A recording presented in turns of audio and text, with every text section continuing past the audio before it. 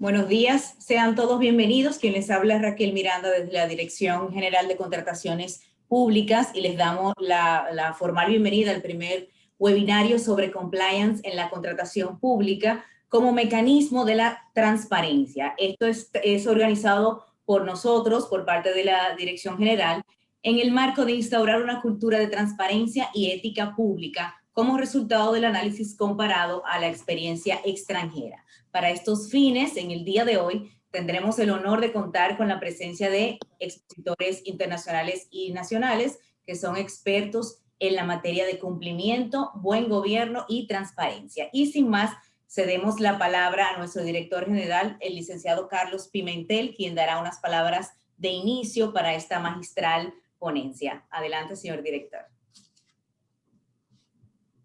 Muy buenos días a todos y a todas, en nombre de la Dirección General de Contrataciones Públicas.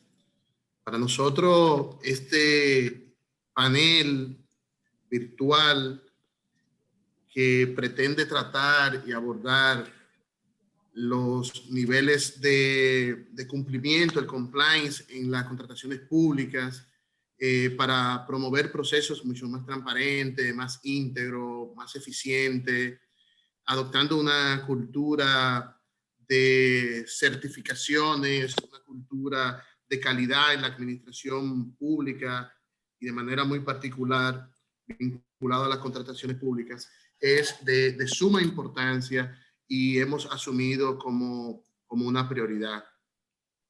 Y por eso hemos organizado este encuentro que busca reunir colaboradores, colaboradoras, representantes de distintas instituciones del Estado, organizaciones de sociedad civil, un evento abierto que permita, pues, impulsar una herramienta de tanto valor en las contrataciones públicas. Y esto porque resulta imperante, resulta necesario poner en práctica instrumentos que permitan el aseguramiento de la integridad y que estos puedan ser adoptados de manera oportuna, para que los riesgos concretos en todo el ciclo de las contrataciones, así como ese proceso de establecer requisitos que sean consistentes, tanto a nivel de controles internos, medidas de aseguramiento, del cumplimiento y programas anticorrupción, puedan ser instaurados, implementados, desarrollados en el Estado Dominicano de manera muy particular en lo que está en nuestro ámbito de competencia, en las contrataciones públicas, y que esto pueda ser dirigido a los proveedores, a las unidades de compra y a todos los actores que de una manera u otra pues se relacionan de manera directa con ese proceso. Y desde la Dirección de Compras nosotros estamos pues convencidos del deber del Estado de lograr una máxima eficiencia en el manejo de los fondos públicos, en la optimización de los fondos públicos, y para eso es necesario garantizar mayores mecanismos de transparencia, generar mayores mecanismos que permitan la participación, la competitividad, para lo cual se hace necesario gestionar los riesgos. Nosotros entendemos que la integridad pública debe contemplar y se debe alinear al cumplimiento de principios y normas éticos que permitan facilitar en el sector público y que puedan dar niveles de prioridad a los intereses generales, sobre todo vinculado a las contrataciones públicas como mecanismo de desarrollo. Con relación a este aspecto, es también una decisión de la Dirección de Compras empezar a tener un enfoque de cómo las contrataciones pueden servir para el desarrollo, y para que las contrataciones sirvan para el desarrollo se debe garantizar ese cumplimiento normativo, debe haber una visión de la integridad pública y de los principios vinculados a la ética pública. Nosotros estamos entendiendo el cumplimiento normativo como la materialización de principios de juridicidad, por lo cual queremos promover que las distintas instituciones del sector público, sus unidades de compra, deban estar apegadas a ese cumplimiento de todas las disposiciones normativas. nosotros desde la Dirección de Compras y Contrataciones también queremos aprovechar este escenario, este inicio de este panel para informar que en esta semana fue conformada en esta dirección la Comisión de Gestión de Cumplimiento Normativo de la Dirección General de Contrataciones Públicas, integrada por 5 colaboradores de esta dirección que tiene el compromiso, que tiene la tarea de desarrollar todos los mecanismos, políticas, normas que conduzcan a un nivel de cumplimiento en la dirección de compras y contrataciones. Y todo esto con el interés marcado de promover que en el Estado Dominicano las unidades de compras y contrataciones empiecen a ver, a identificar buenas prácticas relacionadas con el cumplimiento normativo.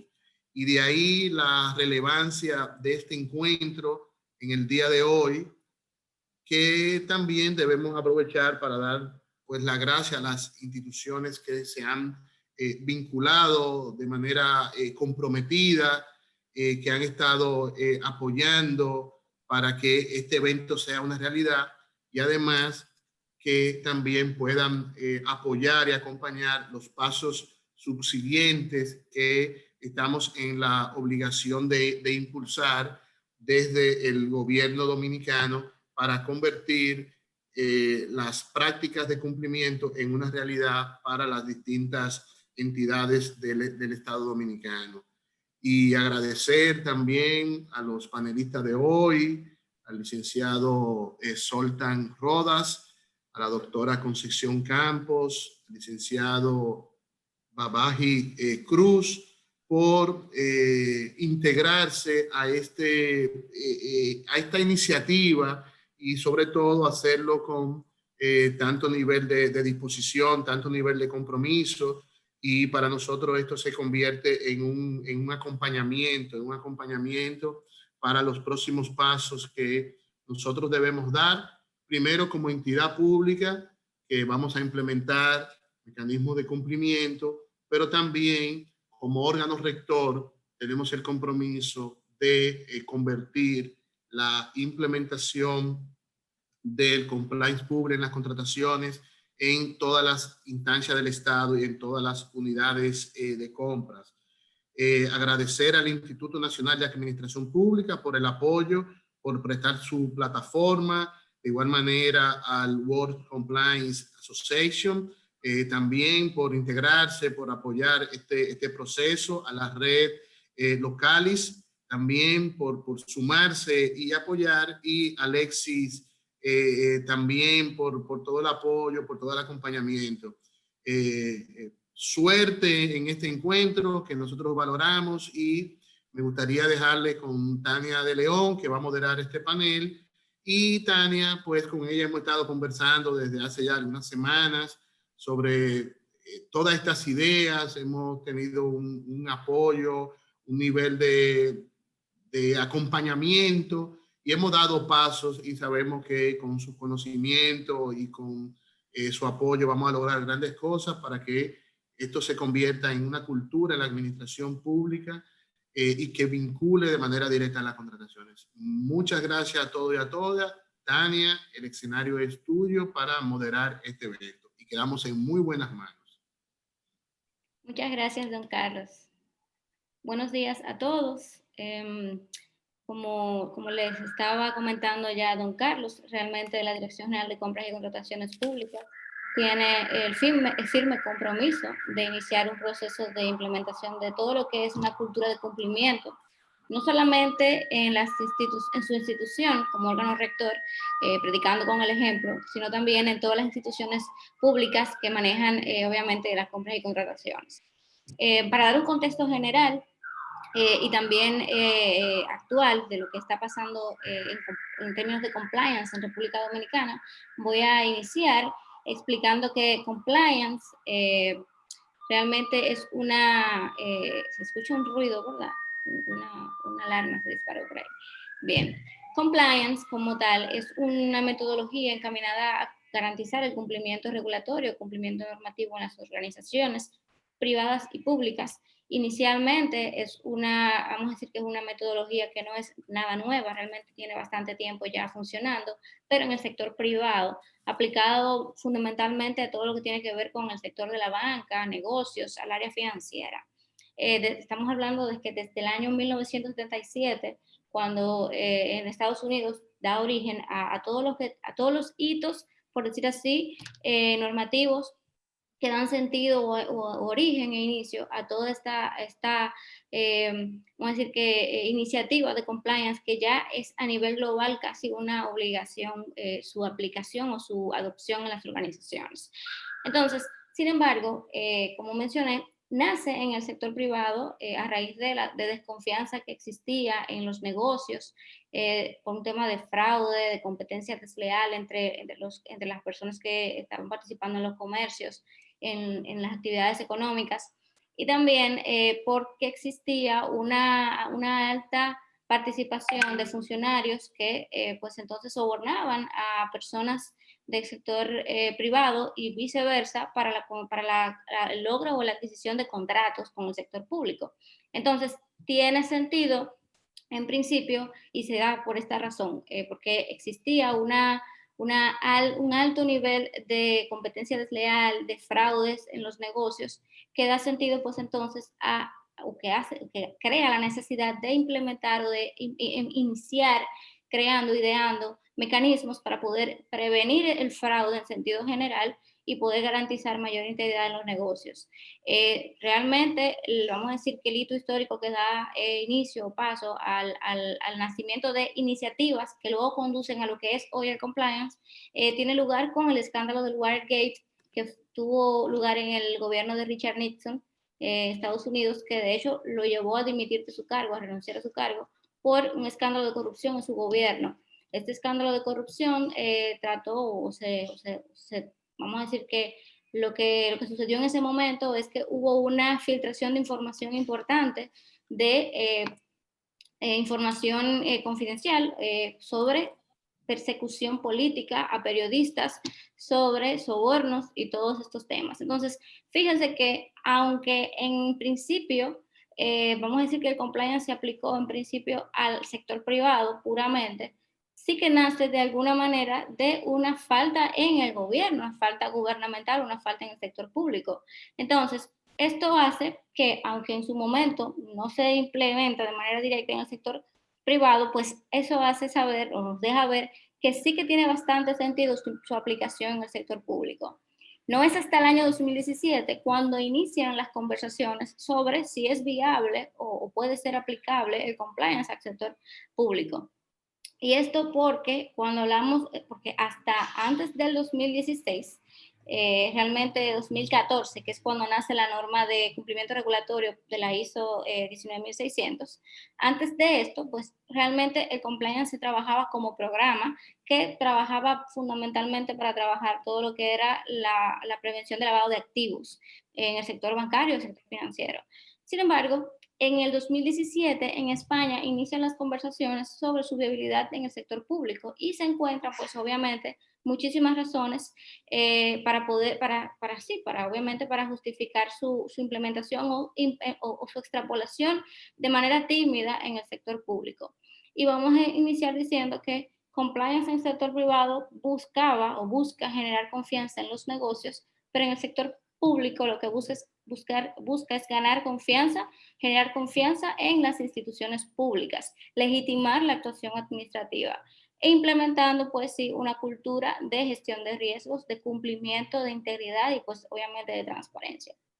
Entonces, aquí en República Dominicana realmente también inició justamente en ese mismo momento cuando inicia en España estas conversaciones sobre compliance. En el 2017 en República Dominicana también inicia el primer programa de cumplimiento regulatorio en la administración pública, y a raíz de pues, y de su promoción, que nosotros tuvimos el honor de liderar, pues también inician otras instituciones a motivarse a implementar este sistema de cumplimiento regulatorio. Estamos hablando de un estándar internacional que recoge las mejores prácticas a nivel mundial sobre prevención de la corrupción, cumplimiento normativo, una cultura de integridad y pues de transparencia también. Estamos hablando de un sistema que promueve lo mejor en términos de integridad pública.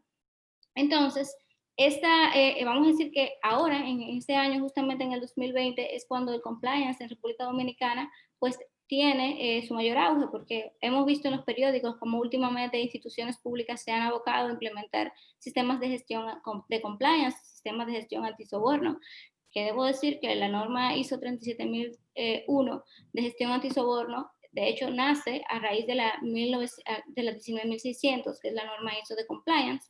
Entonces, estas dos normas se complementan perfectamente. Una trabaja en función de cumplimiento regulatorio como tal y la otra de prevención de riesgos de corrupción, específicamente de soborno.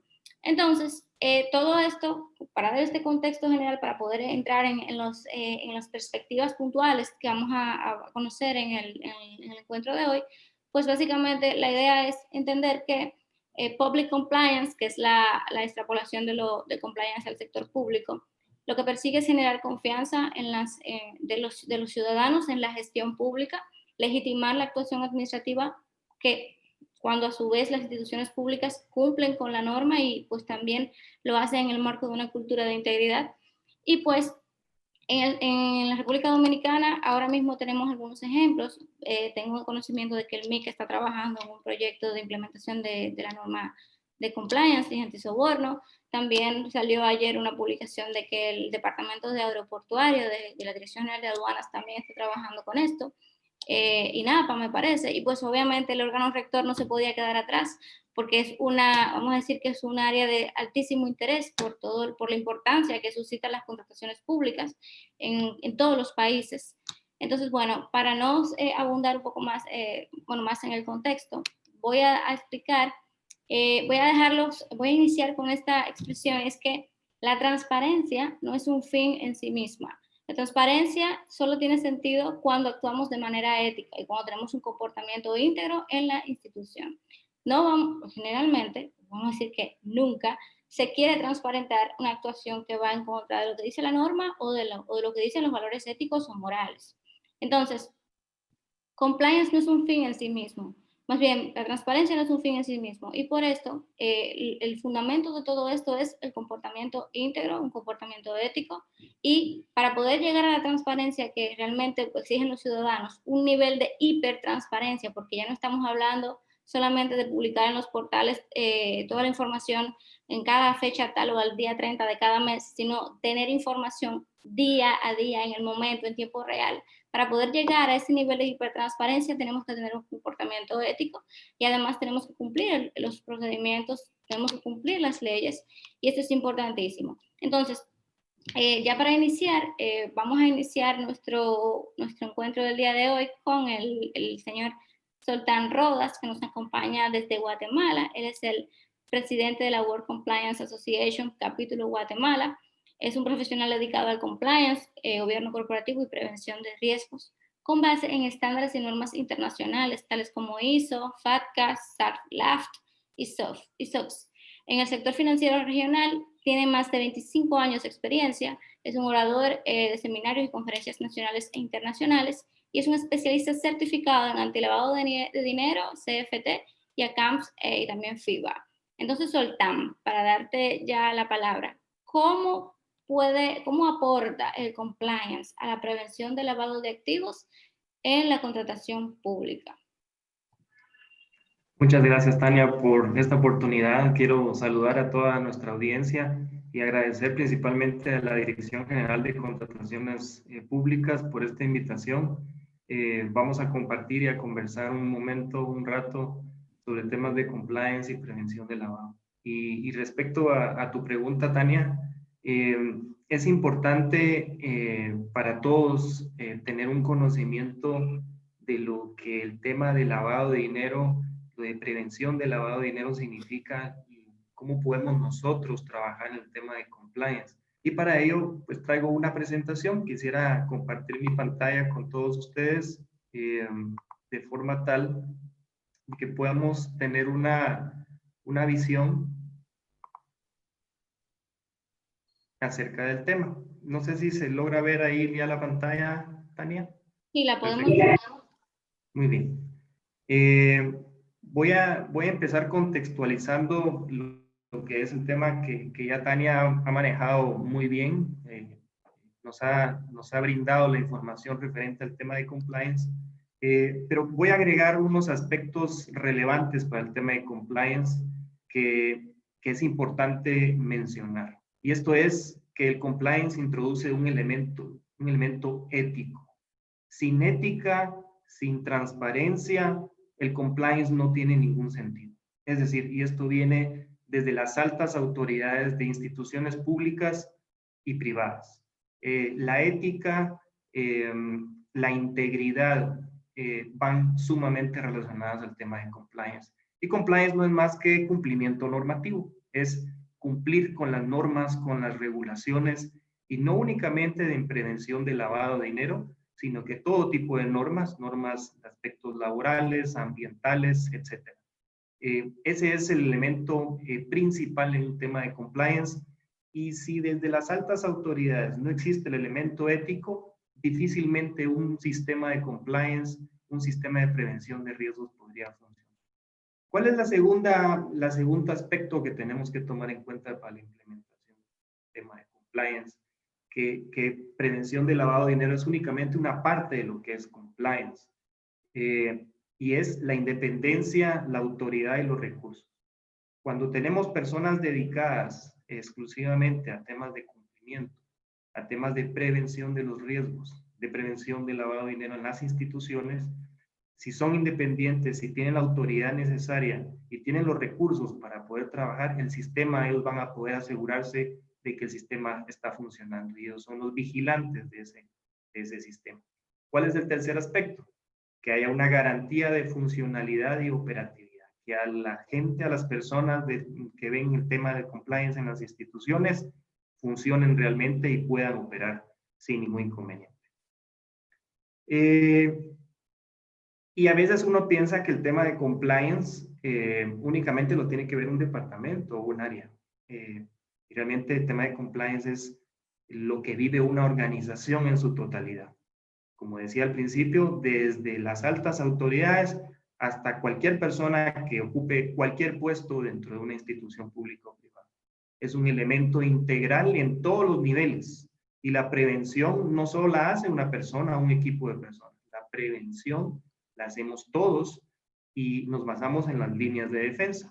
La primera, la segunda y la tercera línea de defensa, que son las que fortalecen, como en el ejército, ¿va? Cuando uno va a pelear, tienen su primera, segunda y tercera línea de defensa para poderse defender del ataque del contrincante. ¿Y quién es nuestro contrincante acá? Son todas las personas que quieran hacerle daño a la institución, y sabemos de que cuando le quieren hacer daño a una institución, la reputación se ve afectada. Entonces, la primera línea de defensa son todas aquellas personas que le dan la cara al ente externo, a las personas externas, toda la parte operativa, recursos humanos, compliance, los departamentos de tecnología son la segunda línea de defensa y están protegiendo a la institución también. Y la tercera línea de defensa es la auditoría interna. Esos son todos los niveles que integran un sistema de compliance. En la medida en que una institución esté protegida, en la medida en que la institución capacite a su personal en la primera, en la segunda y en la tercera línea de defensa, en esa medida va a haber un sistema robusto de prevención y que no va a permitir que quien quieren atacar a las instituciones lo logren hacer. Y ahí estamos incluyendo temas de lavado, temas de fraude, temas de soborno, etc. Por eso es importante y por eso es relevante remarcar el esfuerzo que está haciendo la Dirección General de Contrataciones Públicas en poder entrar en este mundo del compliance para hacer las cosas de manera adecuada. Quiero dar un esbozo de lo que es, y quiero asegurarme de que todos comprendamos de un lenguaje sencillo qué es blanqueo de capitales o lavado de activos o lavado de dinero, que es como se le llama en distintos países. Y el blanqueo de capitales no es más que una operación u operaciones en las que se busque hacer parecer legal el capital que ha sido obtenido producto de actividades ilícitas. Entonces, cualquier dinero que haya sido obtenido por cualquier persona o institución o empresa de manera ilícita y que lo quiera hacer parecer legal, eso se llama lavado de dinero. Por eso se llama lavado de dinero o blanqueo de capitales. Lavan algo sucio para aparentar que está limpio. Entonces, regularmente esto se relaciona con instituciones financieras. Muy bien lo decía Tania, el tema de blanqueo de capitales. Cuando uno dice lavado de dinero, blanqueo de capitales, piensa automáticamente en el sistema financiero. Piensa automáticamente en los bancos, en las cooperativas, etc. Y ciertamente ellos tienen un alto riesgo de lavado de dinero. Ellos han protegido a través de regulaciones y a través de implementación de sistemas de compliance, a través de implementación de departamentos de cumplimiento para poderse defender de este flagelo. Entonces ellos han avanzado en nuestros países, han avanzado a las instituciones financieras en la regulación, etcétera, a efecto de poder seguir fortaleciendo. Entonces las personas han pensado de que cumplimiento es prevención de lavado de dinero. Y entonces ahí viene, digamos, la discordancia. Cumplimiento no es necesariamente solo prevención de lavado de dinero.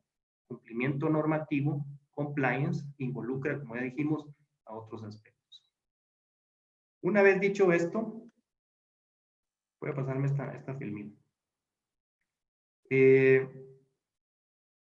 ¿Cuáles son las infracciones precedentes que vemos en temas del blanqueo de capitales? Hay muchas, como ya mencionamos, pero digamos, cuando hay un dinero producto del soborno o cuando hay dinero producto de enriquecimiento no justificado, cuando hay estafa al Estado, cuando hay tráfico de influencias, cuando existe obtención de información privilegiada, cuando hay testaferrato, o sea, personas que se hacen pasar por propietarios, digamos, de empresas cuando realmente no lo son, en nombre de, y cualquier otro actitud o actividad ilícita puede provocar el lavado de dinero.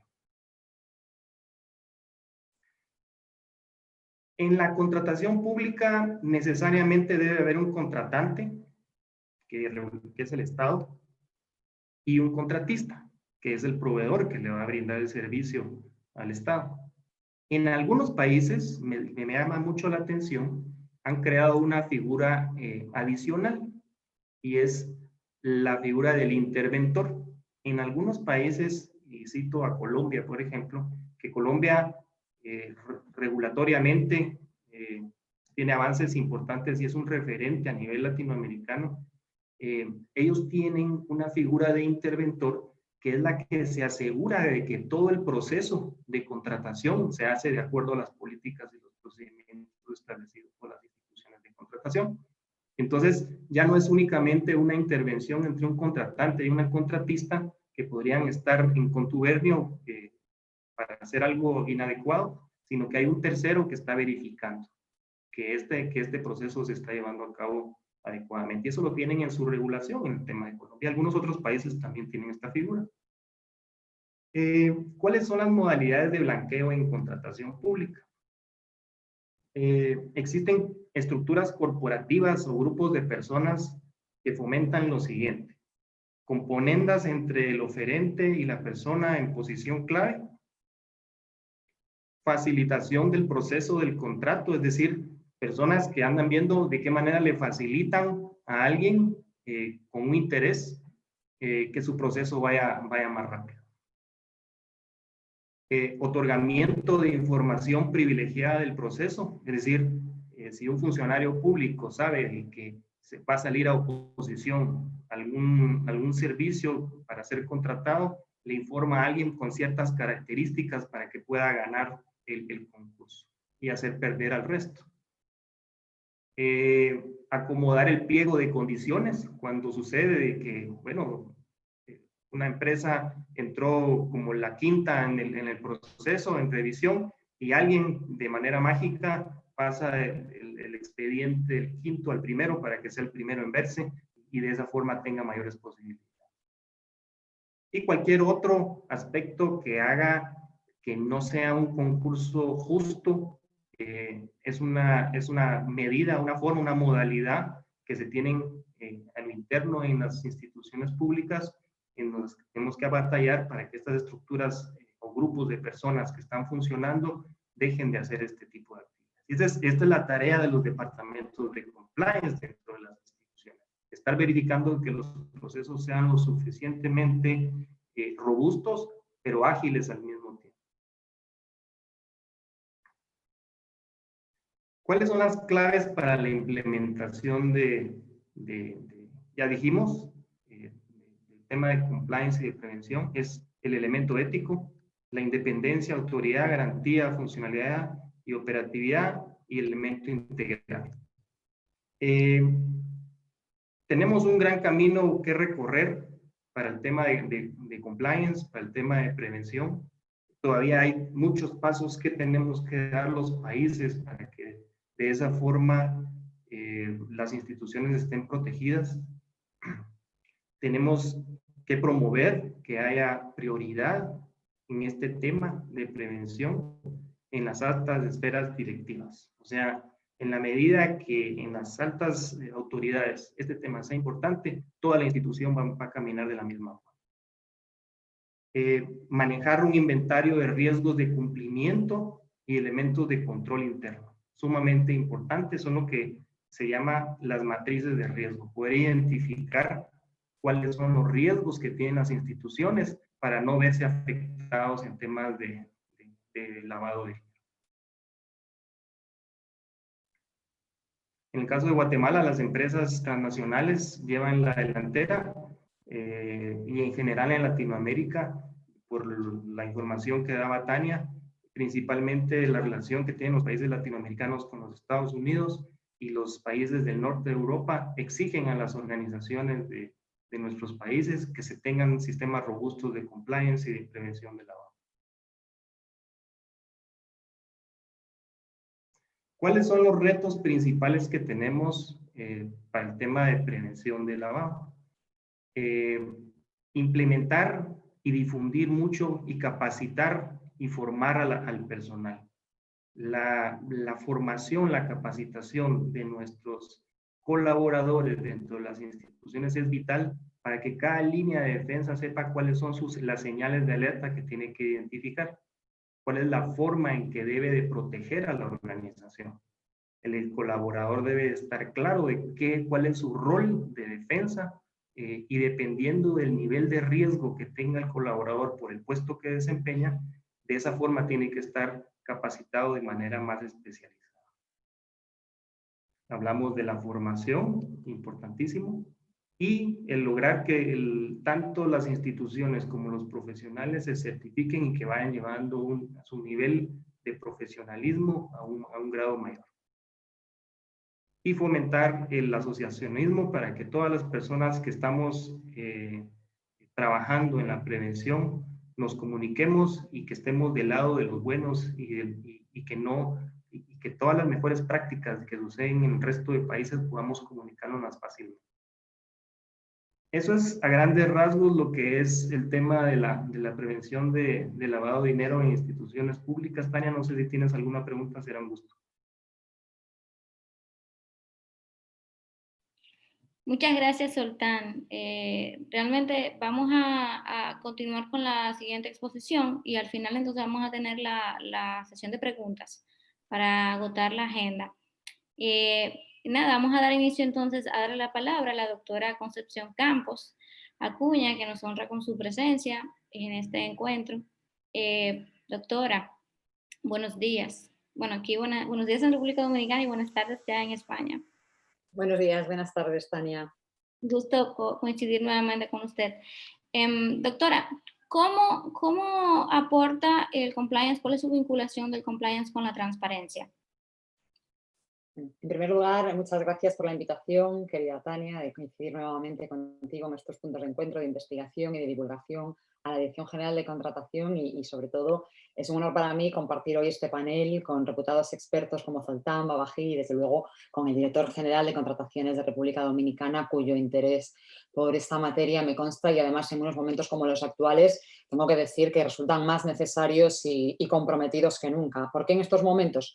¿Es tan importante el compliance y la transparencia en la contratación pública? Bueno, pues lamentablemente creo que no descubro nada nuevo si digo que la contratación se ha revelado como algo estratégico para poder responder a los retos que la actual situación de la COVID está planteando a nivel global, a nivel mundial, tanto por su carácter de estrategia, de contratación socialmente responsable, tanto en aspectos de carácter medioambiental, sanitario, socioeconómica, etcétera, ¿no? La COVID ha venido a arrasar, por desgracia, la situación tal y como la conocíamos y se ha revelado, desde luego, como una palanca fundamental para poder salir adelante y desde la cual los poderes públicos tienen, desde luego, la obligación de poner en el contexto adecuado los recursos públicos para responder de la mejor manera a lo que son las necesidades de la ciudadanía, ¿no? En Europa estamos ahora mismo inmersos en un programa presupuestario a varios años, como es el de los fondos Next Generation, en el que se destinan más de 700.000 millones de euros a los países miembros de la Unión Europea, 140.000 en principio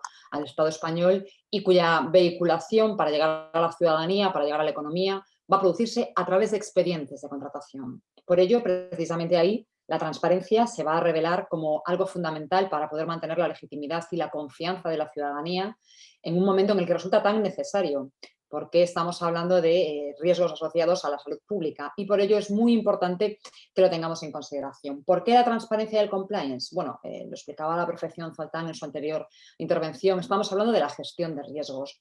La opacidad, desde luego, es una mala aliada de la buena gestión, de la buena administración y del buen gobierno, que son los pilares que deben de guiar la actuación de todos los poderes públicos. Por lo tanto, cuando nos encontramos ante una situación como esta, tenemos que recurrir a todos cuantos métodos puedan resultar adecuados a la gestión pública. Y desde ese punto de vista, esta situación es una situación muy crítica y la falta de transparencia, como decía, genera una gran falta de confianza y de legitimidad. En este caso, por ejemplo, acudir al mercado a la compra de material sanitario, de material de protección, en el caso de los equipos sociosanitarios y de la protección de las personas que atienden a nuestros enfermos, en Europa ha sido como desde luego acudir a un mercado persa, donde cláusulas de confidencialidad leoninas impedían la transparencia de la contratación pública, el conocer las características técnicas de los equipamientos que se podían adquirir y otras muchas circunstancias que tienen especial gravedad cuando se han destinado miles y miles de millones de euros a estos materiales y luego no se tienen en consideración los mismos. Es ahí precisamente donde encaja el sistema de compliance y su enganche con la transparencia, porque no puede haber un correcto sistema de compliance si no hay un correcto sistema de transparencia. Todo ello claramente orientado, desde luego, a la integridad pública, entendida como ese posicionamiento que consiste en la adhesión a valores éticos comunes, al conjunto de principios y las normas que precisamente lo que intentan garantizar es que en todo momento el interés público se defienda por encima de cualquier posible interés privado. Y para eso es necesario que sepamos cuáles son los procesos de toma de decisión de nuestros responsables políticos y de nuestros responsables públicos. Los procesos de toma de decisión que no se conocen se prestan a la desconfianza, como decía. Cuando uno no pone el relato lo puede poner esa desconfianza, lo puede poner esa corrupción, esa pretendida corrupción. No tenemos que olvidarnos que la contratación pública, no lo digo yo, lo dice la OCDE, es la actividad de mayor riesgo para la gestión pública y donde hay un riesgo, desde luego, hay que prevenir. Yo siempre hablo de que a mí me gusta la aplicación del compliance en el sector público, a pesar de que en su momento fue una idea pues, muy disruptiva, porque me gusta hablar de prevención y no de lucha contra la corrupción. La lucha contra la corrupción supone una falla en nuestro sistema de integridad, en nuestro sistema de compliance, en nuestros procesos de buen gobierno y de buena administración y, por tanto, tenemos que garantizar que en todo momento puedan surgir. ¿Cómo se hace? Pues si la información está a disposición de todos los actores en presencia.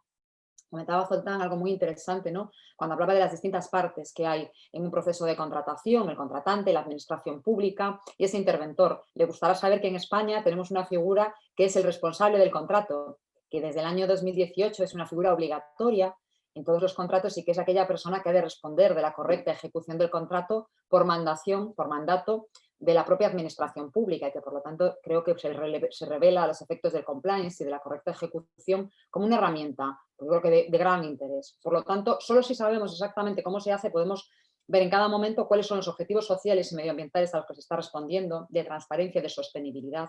Recordemos que los ODS deben de fijar nuestra actuación en los próximos 10 años y en particular tenemos un ODS como es el ODS 16 que nos habla de instituciones sólidas, confiables, de instituciones transparentes. como digo, no puede ser de otra manera. En estos momentos la gran gestión de recursos públicos se va a realizar a través de la contratación pública y eso tiene que tener un conocimiento por parte de la ciudadanía. ¿Para qué? Para garantizar dos cosas. Por una parte, la eficiencia y la racionalización en el gasto público y por otra, la máxima calidad en la prestación de los servicios públicos. No estamos hablando de comprar barato, estamos hablando de comprar bien, de comprar lo mejor, de prestar los mejores servicios para la ciudadanía. Y si no tenemos un sistema que lo soporte, que lo controle, que lo vigile, esto es muy difícil de acreditar, que haga la evaluación y el seguimiento. Y ese mismo seguimiento y esa misma evaluación le corresponde a la ciudadanía. Existen también, también lo recordaba la intervención de Zoltán, los conocidos como pactos de integridad, que se han institucionalizado en el marco legal, por ejemplo, en Italia. En España existen, no a nivel legal, pero sí a nivel operativo, y se han puesto en marcha por distintas regiones, por algunas entidades de carácter municipal y que pilotan, entre otros, en ocasiones, Transparencia Internacional. Pactos de integridad en los que tenemos unos observadores, ¿no? Ese ojo vigilante, ese gran hermano, ese Orwell de 1984 que hace esa observación continua y que hace que los principios rectores de la contratación pública, igualdad, libre concurrencia y competencia, se puedan cumplir. Porque la falta de transparencia nos cuesta dinero. Y esto es algo que tenemos que tener muy claro. Podemos citar a Séneca, podemos citar a Aristóteles, podemos remontarnos, ¿no?, a los grandes filósofos cuando hablamos de compliance y de integridad, pero también tenemos que aterrizar en qué consiste. Consiste en las pérdidas económicas, las pérdidas de la calidad en los servicios públicos. En Europa, la OLAF, precisamente, ¿no?, que lucha contra el fraude, contra el antifraude, ha demostrado claramente que al menos el 20% de las irregularidades demostradas tienen un impacto claro en términos de precios sobre los contratos públicos, que al menos un tercio de los licitadores no se presentan a la contratación porque desconfían, porque no conocen la información. En España, un estudio de la Comisión Nacional de los Mercados y de la Competencia revelaba, desde luego, unas grandes pérdidas como consecuencia de la falta de transparencia en la contratación pública. Y esas pérdidas, como digo, llegaron a alcanzar las decenas de miles de millones de euros. Por eso, cuando digo que la falta de transparencia y la inexistencia de un sistema de compliance, de integridad institucional en el marco de la contratación pública, nos cuesta dinero, evidentemente, y por lo tanto no es algo que tengamos que tomar de un modo baladí. ¿Cómo lo podemos hacer? Tenemos que tener en claro que en el marco de la contratación pública vamos a tener todo tipo de factores de riesgos. Riesgos de carácter externo, no hay corrupción sin corruptor. Evidentemente también tenemos que tener establecido ese sistema de compliance para garantizar que aquellos que interactúan con la administración pública comparten el código de valores, los estándares de integridad y de cumplimiento que aparecen en nuestro marco legal y en nuestro marco como Estados de Derecho, sociales y democráticos. Los factores de riesgo, desde luego, muy institucionales, la política adecuada que promueve una transparencia, un comportamiento ético, los procesos que, desde luego, estén bien informatizados, que se pueda hacer una trazabilidad. La administración electrónica y la contratación electrónica se ha revelado como la mejor de las garantías desde el punto de vista de la transparencia y de la integridad, por la trazabilidad que permiten los algoritmos y la encriptación de la información.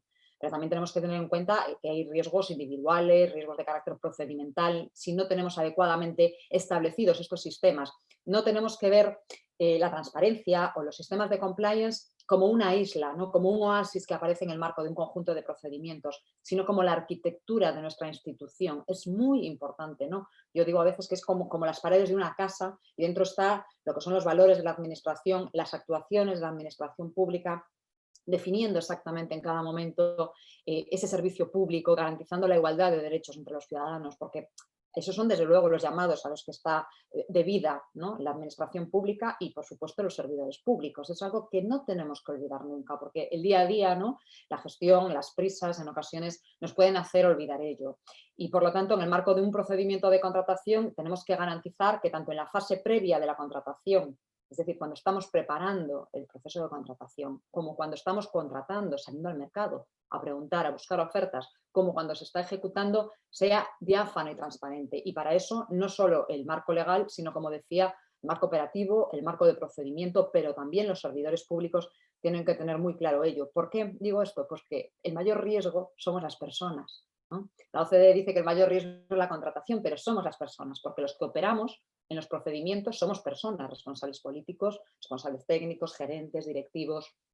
Y desde ese punto de vista también me gustaría hacer hincapié en la existencia de una recomendación sobre la profesionalización de la contratación pública, que ha dictado la Unión Europea y que recomiendo también su lectura, y es muy breve y desde luego yo creo que es muy inspiradora, ¿no?, sobre cómo deben de existir comunidades profesionales de contratación para que garanticen en todo momento precisamente la mejor respuesta, ¿no?, para que pueda haber una planificación y un control en la ejecución. Porque para eso es importante que sepamos en estos momentos, pensemos, ahora mismo está el director general de contrataciones, ahora mismo en República Dominicana habrá una planificación, es decir, bueno, pues estas son las necesidades a las que queremos servir, este es el desarrollo de mis políticas públicas, planificación, primer punto. Y la planificación tiene que ser conocida. Cuando lleguemos al final del proceso, cuando hagamos rendición de cuenta, tenemos que saber si esa planificación que se ha estructurado ahí se ha podido seguir. La evaluación correspondiente, parte fundamental de cualquier programa de compliance. Podemos diseñar el mejor de los sistemas, tener la mejor arquitectura institucional de integridad, que si no la seguimos, no la evaluamos y no corregimos las desviaciones que pudiera haber, no llegaríamos a ningún sitio. Decía Peter Drucker que lo que no se mide no puede mejorar y lo que no mejora inevitablemente se deteriora. No lo podemos permitir en el caso del sector público, por lo tanto, ahí tengo que decir con Luis Brandeis que la luz del sol es el mejor desinfectante, ¿no? Es la que mejor garantiza pues, esa higiene por completo del mismo. Y también desde ese punto de vista me gustaría recordar la existencia de ya sistemas electrónicos que suponen un gran apoyo, ¿no? En el marco de la Unión Europea sobre la gestión de los fondos tenemos, por ejemplo, la herramienta Aracne, que hace un seguimiento de la tramitación electrónica del conjunto de todos los procedimientos. En España tenemos un sistema de alertas, el SALER, Sistema de Alertas Tempranas, en el que mediante el cruzado de un conjunto de bases de datos de todos los que se mueve la administración pública, levanta sus banderas rojas, porque me gustaría volver a recordar, prevenir, ¿no? Esto podemos acudir al refranero popular, más vale prevenir que curar, nunca más cierto que en el caso de la gestión pública, más vale prevenir cualquier irregularidad, cualquier atisbo de posible corrupción, que no todas las irregularidades tienen que ver con la corrupción, ¿no? Porque precisamente esa falta de transparencia, de conocimiento, puede hacer que se prolonguen en el tiempo comportamientos inadecuados, poco apropiados, que quizás no estén a lo mejor catalogados como corrupción, pero que sí que produzcan ineficiencias en la gestión pública. Y no nos lo podemos permitir. Desde luego, yo creo que la gestión pública no puede permitirse como costes de transacción ninguno de ellos. Y de este modo, si contamos con un sistema de alertas de banderas rojas, ¿no?, las red flags, si contamos con un sistema de red flags, podremos detectar a tiempo para la adecuada gestión pública el mismo. Por ello yo creo que vincular la transparencia con el compliance es prácticamente innecesario. Digamos que es uno de los pilares del compliance. No podemos tener un sistema de compliance en la contratación si no tenemos una contratación pública transparente, completamente alineada, como decía, con las herramientas tecnológicas, con la tramitación electrónica de los procedimientos, con las ofertas electrónicas. Es muy importante también la capacitación adecuada hacia los contratistas públicos, ¿no?, que estos también conozcan cuáles son nuestros sistemas y cuáles son las reglas del juego, por decirlo de alguna manera. Por lo tanto, planificación, evaluación, rendición de cuentas y la colaboración público-privada. Yo soy una gran defensora de ello, hablando también de los ODS. El ODS 17 nos habla precisamente de las redes, ¿no? Tenemos que aprovechar y tejer todas las redes que nos permiten tanto el sector público como el sector privado y la sociedad civil. Y juntos de este modo podremos pues, salir adelante, recuperar la confianza, porque la confianza tiene un precio. Fijemos en lo que ha sucedido estos días con el anuncio de una vacuna, ¿no?, de Pfizer, en el momento en el que se ha conocido qué ha sucedido en bolsa. Pues que la confianza fue tal en la compañía que automáticamente el valor bursátil subió. Pues nosotros precisamente como administración nos tenemos que preocupar de nuestro valor reputacional. No es un valor bursátil, pero es todavía mucho más digno de cuidados y todavía más merecedor de la máxima entrega por parte de los responsables públicos.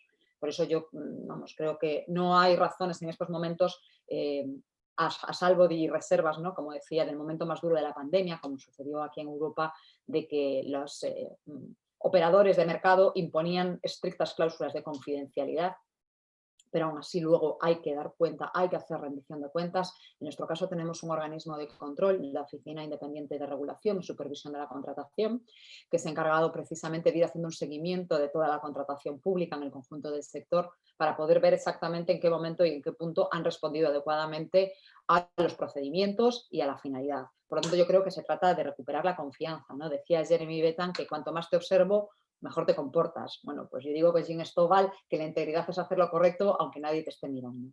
Muchas gracias. Excelente, doctora. Muy atinados todos sus comentarios. Y de hecho, usted da paso de manera magistral a la próxima ponencia, que es la de Baballe Cruz, que va a hablarnos un poco sobre la gestión de riesgos, un modelo de gestión de riesgos en la contratación pública, que sin duda alguna pues tiene bastante conexión con todo lo que usted ha ido mencionando. Baballe Cruz, el escenario es tuyo. Muchísimas gracias. Primero a la Dirección General de Contrataciones Públicas por la invitación. La verdad que siempre es un placer coincidir en este tipo de escenarios con profesionales del nivel de ustedes. La doctora Concepción, siempre con mucho cariño, el estimado Soltán, también Tania, y a don Carlos Pimentel, por supuesto, líder de la Dirección General de Contrataciones Públicas, que ha puesto en agenda de todo el sistema este tema.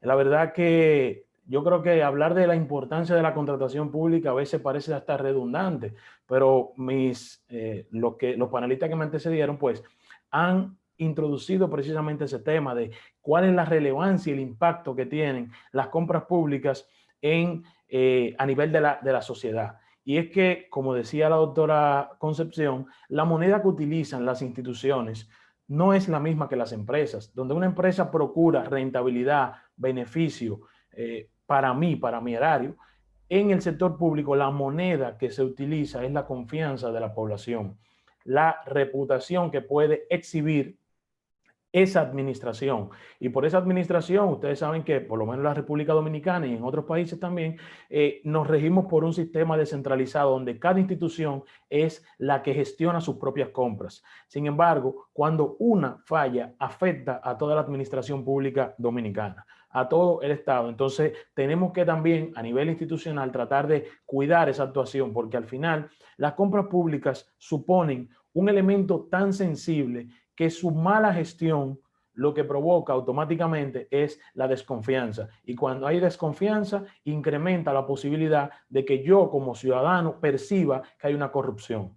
En la corrupción realmente nosotros, o sea, lo que regularmente pensamos es que cada vez que hay una mala práctica es por un motivo de corrupción.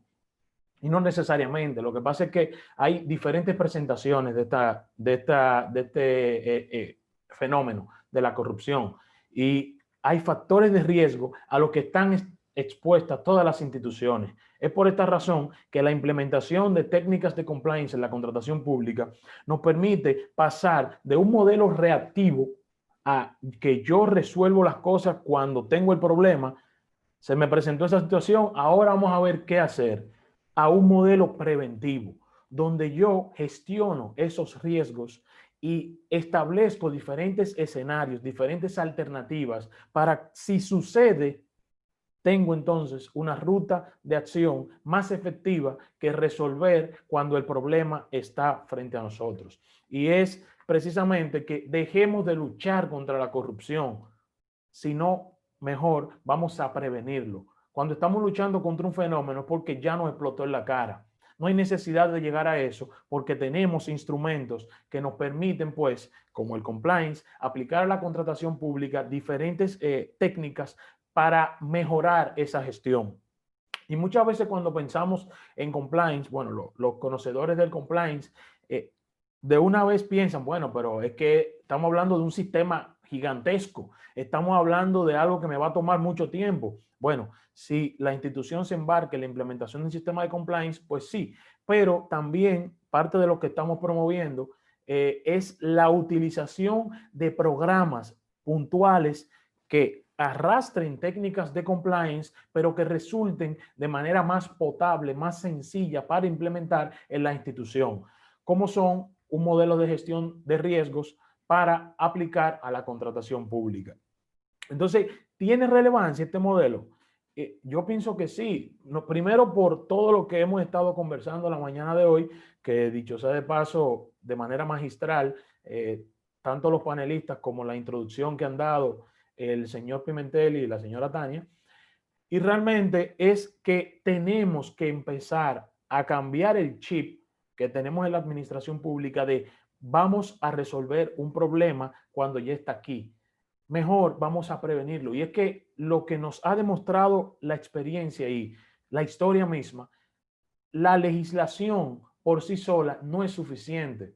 No podemos esperar que por sí sola una normativa se implemente. Tenemos que ayudar con ciertas herramientas para que su implementación y su debido cumplimiento, y son palabras que estoy utilizando adrede para que nos vayamos alineando al tema del compliance y a la misma gestión de riesgos, pues entonces esté de manera intrínseca en nuestra cultura institucional. Estamos hablando de que ese modelo, ese programa de gestión de riesgos debe de complementar las disposiciones normativas existentes. Y es que, óigame, ¿cuánto tiempo, y eso pasa en todos los países, cuánto tiempo tienen las normativas que son dictadas? Tenemos leyes, tenemos reglamentos en todos los países sobre esta materia y como quiera seguimos viendo indicadores de que hay aumento de corrupción, hay aumento de incumplimientos. O sea, entonces las leyes como tal no nos trazan esa facilidad de cumplimiento y tenemos que ayudar, y con esto ayudar a las instituciones para que se traduzca en una operativización mucho más efectiva de las compras públicas en este caso. Y es que las instituciones, primero, tienen que garantizar una correcta ejecución de los fondos públicos y cambiarnos también, olvidarnos, como decía la doctora, que no se trata solamente de andar comprando mejor precio. Menor precio no necesariamente es mejor precio. Por lo que tenemos que también desmontar esa idea, ese paradigma que tenemos para que podamos evolucionar a lo que sigue. Y es comprar bien. Las instituciones, cada vez que utilizan o mal utilizan los mecanismos de compras públicas, están comprando mal y es en detrimento de todo el Estado, incluyendo ahí a la ciudadanía, a los proveedores. Y es que también dentro de un modelo de gestión de riesgos, no estamos solamente enfocándonos en la institución. Debemos de entender, y creo que ya a esta altura de juego pues está bastante claro, la contratación pública no es solamente cosa de las instituciones. ¿Por qué? Porque es una herramienta que utilizan los estados para dinamizar políticas públicas en favor de diferentes sectores, lo que implica que me impacta a varios grupos de interés, que en términos de compliance, pues le llamamos stakeholders.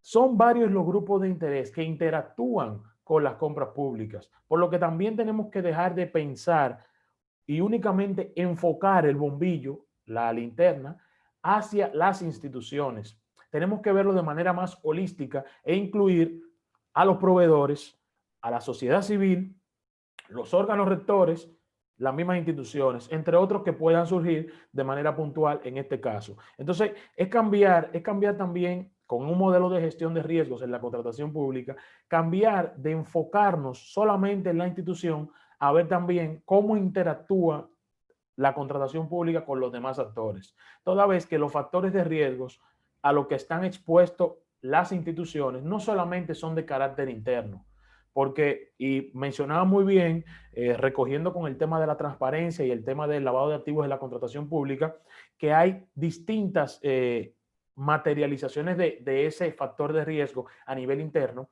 como la falta de planificación, la falta de capacitación, las diferentes malas prácticas que hay en una institución, porque muchas veces pensamos que porque lo hemos estado haciendo así por mucho tiempo está correcto y no es así necesariamente.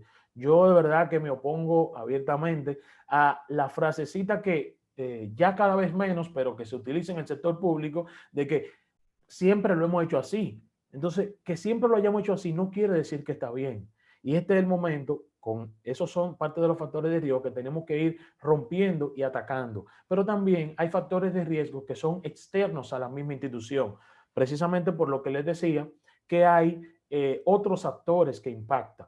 Mencionaba, por ejemplo, el primer panelista sobre el tema de las componendas entre diferentes proveedores al momento de participar en un proceso. Entre otros elementos que impactan las compras, que al final debemos de nosotros establecer una forma que permita a la institución de manera concisa identificar eso. Y también hay un elemento que es la dispersión. La dispersión legislativa o normativa que hay, porque no es solamente la ley. Cuando pensamos en compras públicas, tendemos a entender que la única disposición es la ley 340-06 y su modificación, pero no. Cada vez que tengo la oportunidad de compartir como formador en estos temas de contratación pública, les expreso que la contratación pública tiene un sinnúmero de disposiciones normativas que le impactan. Diferentes leyes, reglamentos, las políticas que emite el órgano rector, los manuales de procedimiento, que al final son todas, o sea, todas convergen para convertirse en el marco regulatorio.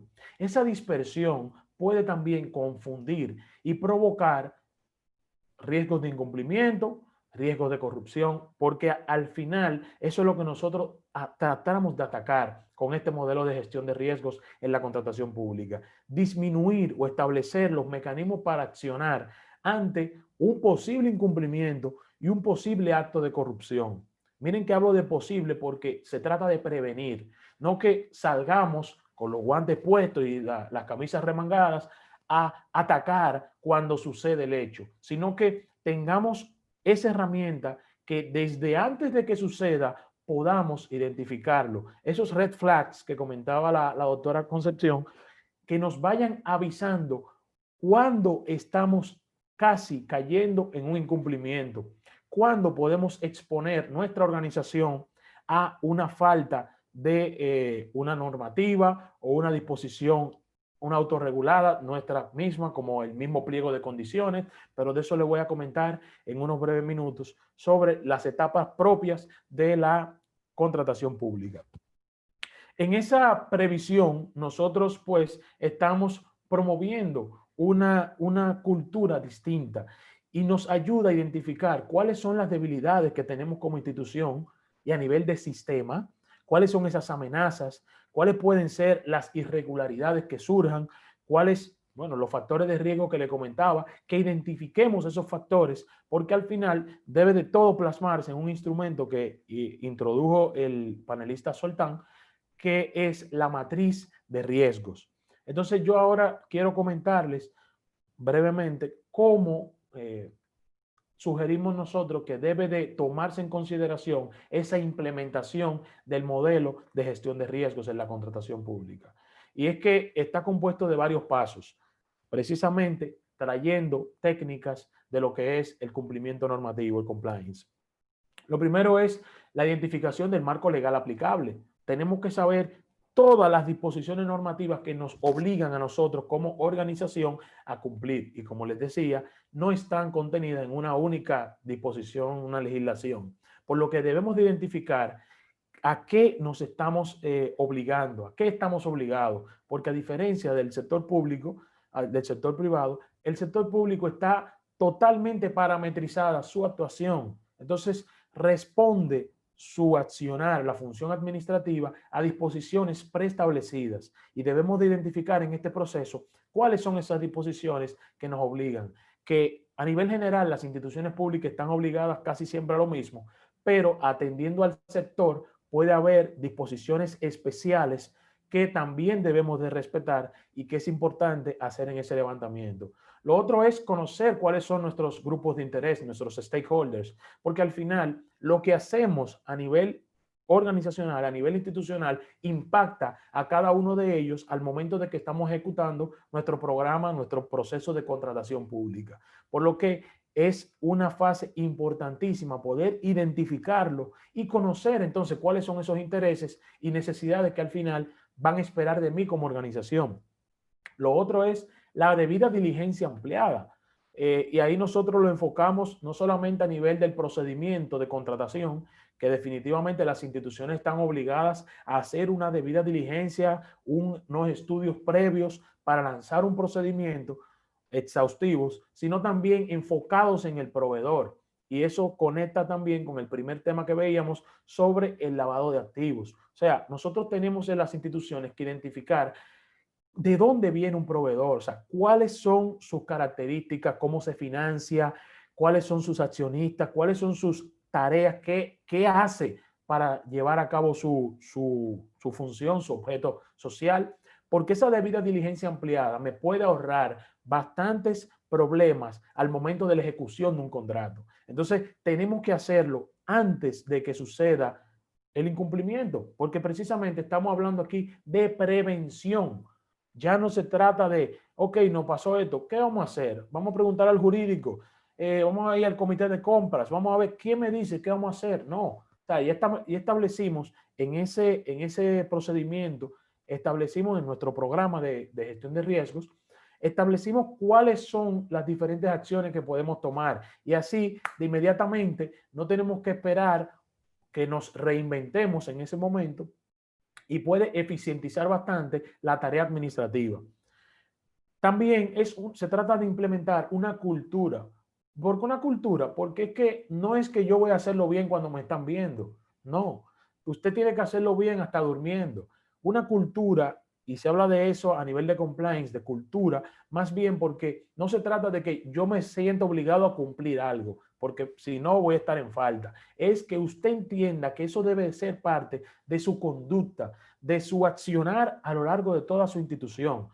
Parte de sí mismo es esa cultura de integridad, de transparencia, de lo que se quiera trabajar enfocado aquí a la contratación pública, pues que nosotros entendamos que mi rol en esta organización va estrictamente vinculado con esa cultura, esa forma de pensar, que no es que me lo están imponiendo, sino que de manera intrínseca en mis tareas diarias, mis tareas, por más sencillas que sean, se sienta que yo soy parte de esa cultura.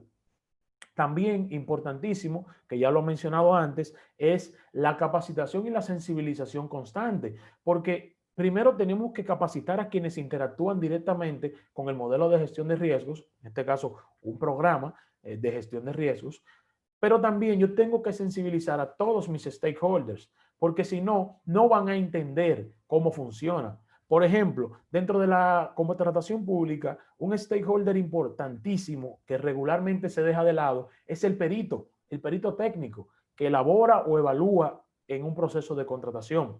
Sin embargo, ese perito debe de ser sensibilizado de manera constante, porque muchas veces, y eso es la práctica común en el ámbito nacional, a un perito no se le dice, mira, para tú funcionar como perito debes hacer esto, esto y esto. No, le dicen, mira, es un pliego, evalúalo con lo que dice ahí y entonces emíteme un informe. Yo no te digo que tiene que tener ese informe, yo no te digo cuál es la estructura, qué es lo que persigue la misma contratación, no necesariamente te involucré en el momento de preparación de los pliegos de condiciones, por lo que al final resulta en un riesgo bastante alto para la institución que ese perito no entienda cómo operan, cómo funcionan las cosas en la contratación pública.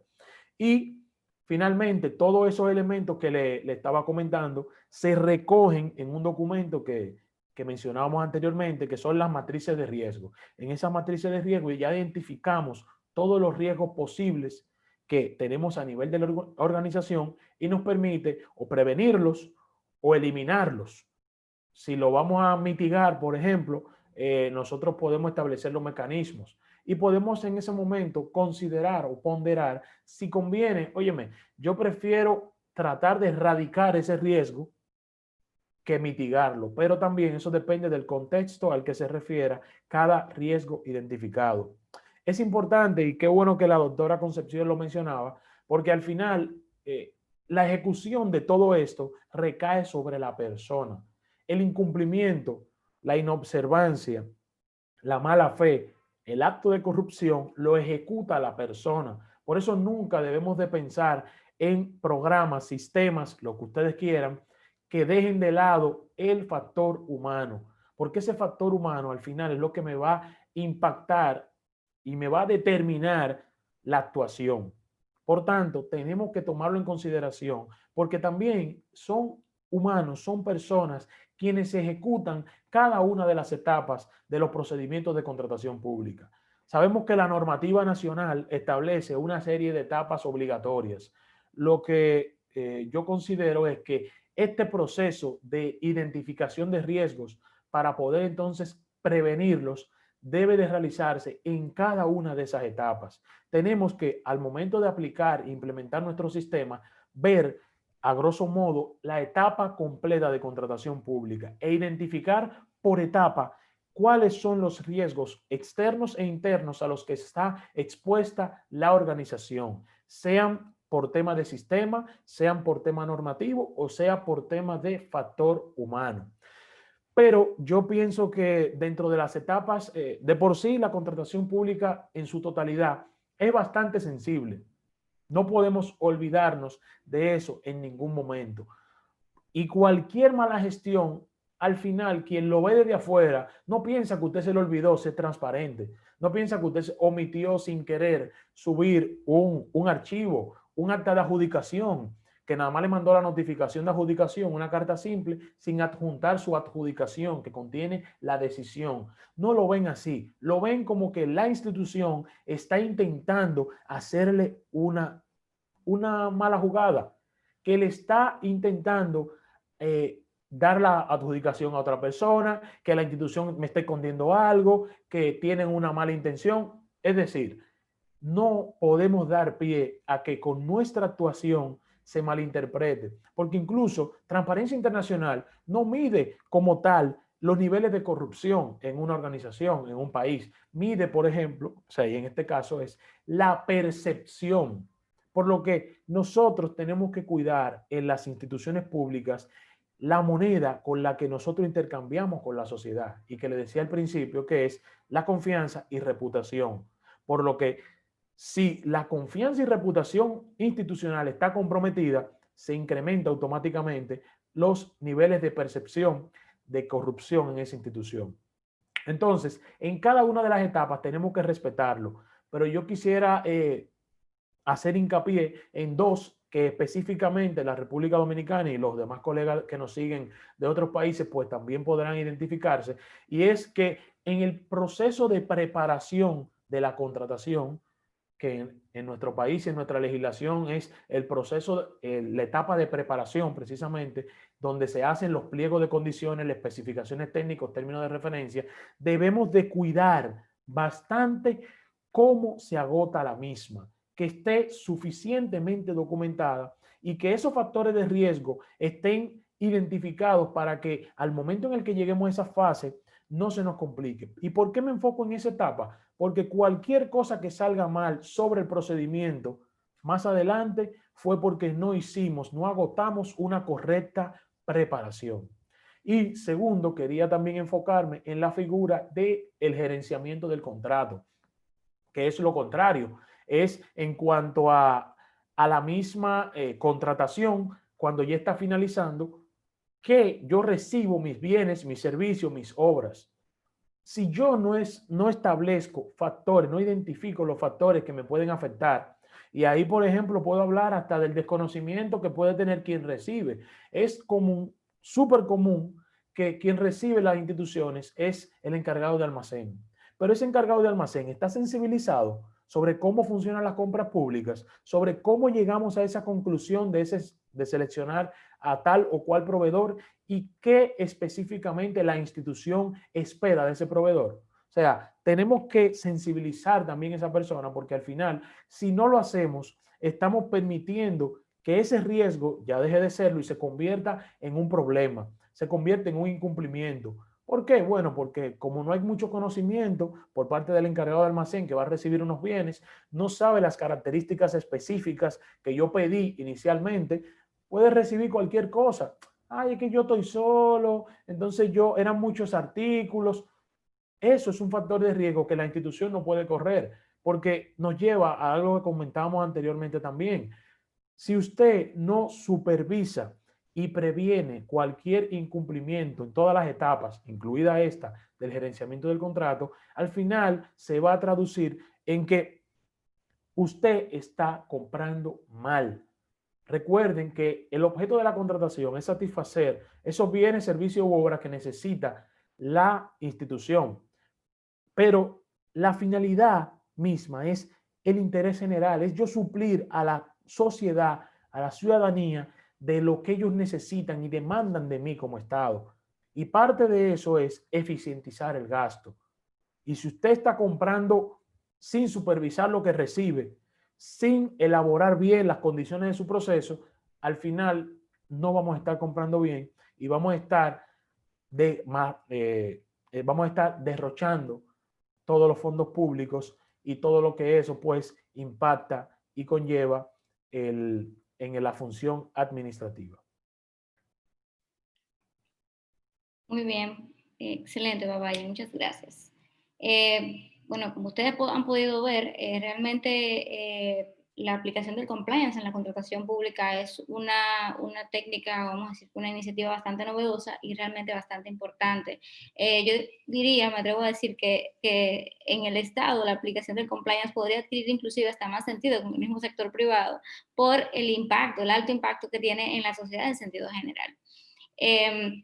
Aquí vamos a recoger entonces ahora, abrir una fase de preguntas y respuestas. Tenemos algunas preguntitas aquí para los panelistas. La primera pregunta es, por favor aclarar si República Dominicana tiene compliance en su gobierno. Si es así, su función es vinculante a las contrataciones públicas. Rosa. Me atrevería a responder esa pregunta, dado que responde, o más bien obedece al contexto dominicano. Rosa, que si existe compliance en la República Dominicana, pues bueno, compliance, claro que sí. Compliance es no solamente cumplimiento normativo, es todo un conjunto de elementos como transparencia, como integridad, y pues obviamente que en República Dominicana sí que existe.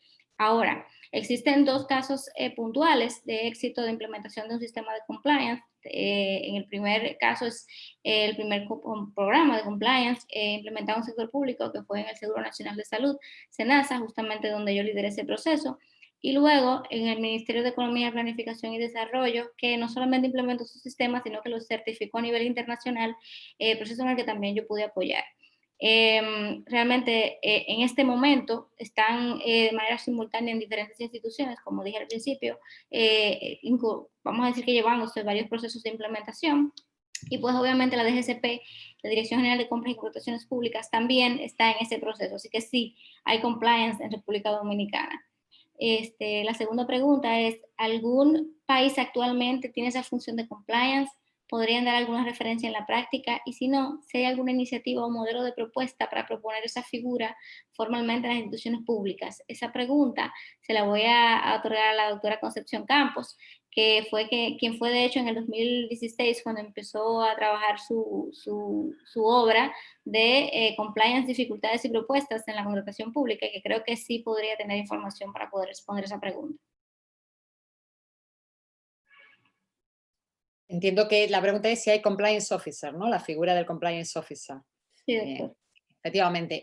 Bueno, pues como tal, probablemente en pocos lugares. Existen ya algunas experiencias aisladas en las que con esa misma denominación sí que se ha puesto en marcha, en especial en el ámbito local, que precisamente por la cercanía y la oportunidad para manejar de un modo más sencillo, ¿no?, sus relaciones de puestos de trabajo y su organización de personal la han puesto en marcha. Pero hay una figura en distintos pues, marcos, como pueden ser, por ejemplo, los inspectores de servicios. Yo antes hacía mención a la ley de servicio de alertas tempranas, por ejemplo, de la Generalitat Valenciana, en la que homologan los inspectores de servicios con la figura del compliance officer. Es decir, que se aprovecha la existencia de un órgano que ya está en el marco organizativo dentro de la estructura y de la arquitectura institucional del Estado, no se hace una duplicidad y se le asignan funciones. Por ejemplo, también en el marco de los órganos de control externo, el Consejo de Cuentas de Galicia ha sido asignado también en las competencias en materia de prevención y lucha contra la corrupción. Por lo tanto, tenemos con que podríamos diagnosticar dos tipos de escenarios. Por una parte, aquellos en los que se crea ex novo la figura del compliance officer,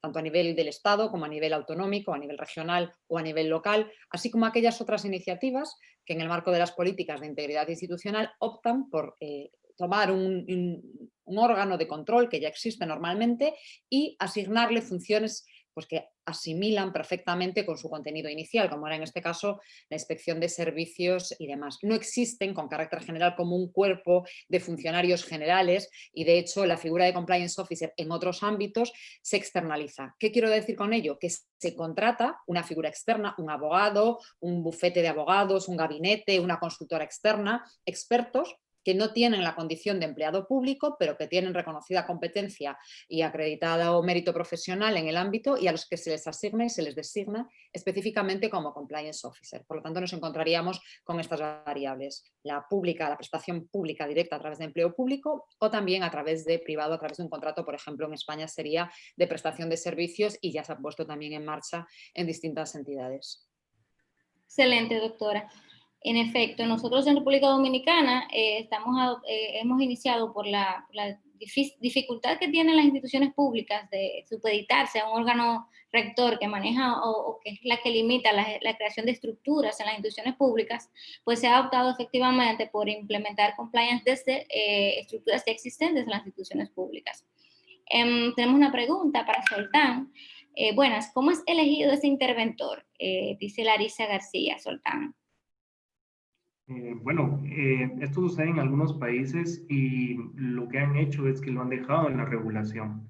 Parte de la regulación que tiene Colombia establece la figura del interventor con todas sus características y sus responsabilidades y funciones. Es la persona que está al tanto de principio a fin del proceso de contratación pública y colabora, ayuda y no entorpece, que eso es primordial, el proceso de contratación. Excelente, Soltán, gracias. Otra pregunta, dice, ¿vendría el compliance a sustituir los departamentos de inspectoría, que en este caso sería control interno, en las instituciones públicas, o se podría conjugar sus labores o funciones? Sara Figueroa. Creo que la doctora Campos señaló algo al respecto, pero doctora tiene la respuesta, la palabra. Sí, bueno, ahí va a depender mucho de cuál sea la configuración del órgano de control interno. Yo me gusta más hablar de complementariedad que de sustitución. Es decir, el compliance puede o bien integrarse en ese órgano, no le sustituye, sino que se complementa, o bien crearse como otro órgano ad hoc y en ese caso le complementa. Lo que en ningún caso tenemos que tener en cuenta es que supone una contradicción, sino que se complementan. Y me parece muy importante el apunte que acaba de realizar Soltán de que no entorpece, porque en ocasiones cuando se habla de compliance y traemos pues esta forma de pensamiento, ¿no?, más innovador, más disruptivo dentro de los mecanismos tradicionales de control, hay quien dice, bueno, otro órgano más, una barrera burocrática más, otro control que va a entorpecer, enlentecer, ¿no?, la que ya de por sí es la burocracia administrativa. No se trata de eso, sino al contrario, cuanto mejor funcionemos, será cuando los controles funcionen mejor, porque garantizarán que seamos más rápidos en la emisión, no habrá distorsiones dentro del marco del procedimiento, no habrá que traerlo atrás, volver a redactarlo, sino que haremos todo bien desde el primer momento. Es decir, que la existencia de los mismos es claramente complementaria y nunca obstaculativa. ¿Qué quiero decir con ello? Que cuando hablamos de cumplimiento normativo, en muchos casos nos preguntan, ¿no? Dicen, bueno, cumplimiento normativo, pero la administración pública ya está obligada a cumplir. Efectivamente, ¿no? Yo tengo una frase que de hecho es el título de mi blog, ¿no? Más que leyes, leyes que no hacen milagros. Efectivamente, las leyes no hacen milagros, ¿no? Yo en ocasiones cuando inicio mis charlas suelo apelar a una frase que es corruptísima república plurimae leges, que es de Tácito, ¿no?, del siglo II después de Cristo, y que lo que quiere decir es que cuantas más leyes tiene la república, más corrupta es, porque el entramado complejo normativo lo que hace es dificultar. Por lo tanto, lo que tenemos que ver el compliance es como un sistema flexible, como un junco, versátil y adaptativo en cada momento y nunca como un obstáculo. Así es, y agregando un poco ahí, doctora, que realmente el momento en el que interviene la Dirección de Control Interno y el compliance también es diferente. O sea, estamos hablando de que compliance es para hacerlo desde antes, la preparación, el momento previo, la prevención, y ya Control Interno hace un trabajo más de verificación de lo que ya ha sucedido o ha acontecido. Entonces sí que claramente hay un nivel de complementariedad ahí bastante alto. Entonces, tenemos otra pregunta, dice... Para Soltán, profesor, me gustaría saber sobre el alcance del compliance. De igual manera, ¿cómo manejar los riesgos, las denuncias y en especial cómo proteger los datos y riesgos tecnológicos? Te dirán, Soltán, por favor. Voy a compartir un ratito mi pantalla nuevamente. Quiero compartir y que quede claro el tema de cómo el compliance se pueden formar las matrices de riesgo principalmente y cómo se puede combatir este tipo de aspectos. Vamos a ver algunas señales de alerta. Por ejemplo, empresas que no tengan trayectoria, empresas sin actividad económica reconocida, poco tiempo de haberse constituido, con procedencia de fondos dudosa, con inventarios desconocidos y cualquier otro. Todas son señales de alerta que debemos de incluir dentro de nuestra matriz de riesgo. ¿Cuáles son los riesgos que tenemos? ¿Cuáles son los eventos? Esos se convierten en eventos de riesgo para nosotros. ¿Y cómo vamos a trabajar? Vamos a ver algunas más. Empresas o personas de jurisdicciones de alto riesgo o que manejen cuentas bancarias en esos países. Concentración de contratos en empresas que involucre uno o varios socios directivos comunes. Actividades económicas que no coinciden con la realidad. Y entonces vamos a establecer los controles para estos eventos de riesgo. ¿Cuáles podrían ser? El formulario de contratación y documentación de soporte, registro como proveedor del Estado, debida diligencia con beneficiados finales, es decir, tenemos que conocer al proveedor, tenemos que conocer al contratista, de dónde proviene su dinero y a qué se dedica realmente. Y esto no, a veces confundimos que la debida diligencia es únicamente llenar un formulario, no, o tener los documentos, es conocer realmente, visitar las instalaciones para ver si efectivamente el contratista elabora lo que dice que está vendiendo. Listas de vigilancia y reporte de inusualidades. Ahí respondo a la segunda pregunta. Todo el tema de canal de denuncia es manejado en un buen sistema de compliance. ¿Cómo una persona, un colaborador que ha identificado todas estas señales de alerta en un proveedor puede y tiene acceso a un canal de denuncia que le permita de manera anónima, transparente, que su caso sea reportado y que sea manejado de manera adecuada? No olvidar el monitoreo que se debe realizar y la investigación que pueda suceder luego de alguna inusualidad reportada a través del canal de ética.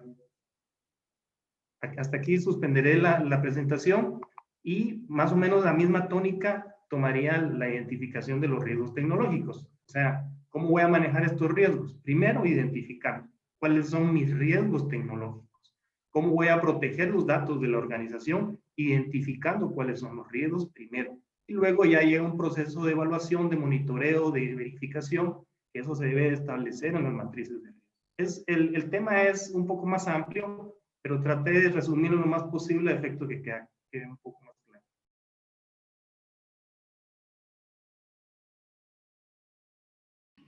Excelente, gracias, Sultan.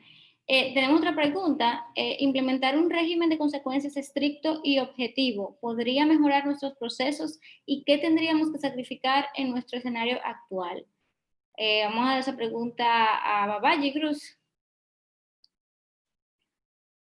Sí, excelente. Bueno, realmente nosotros contamos en la actualidad con disposiciones normativas para instaurar el régimen de consecuencias.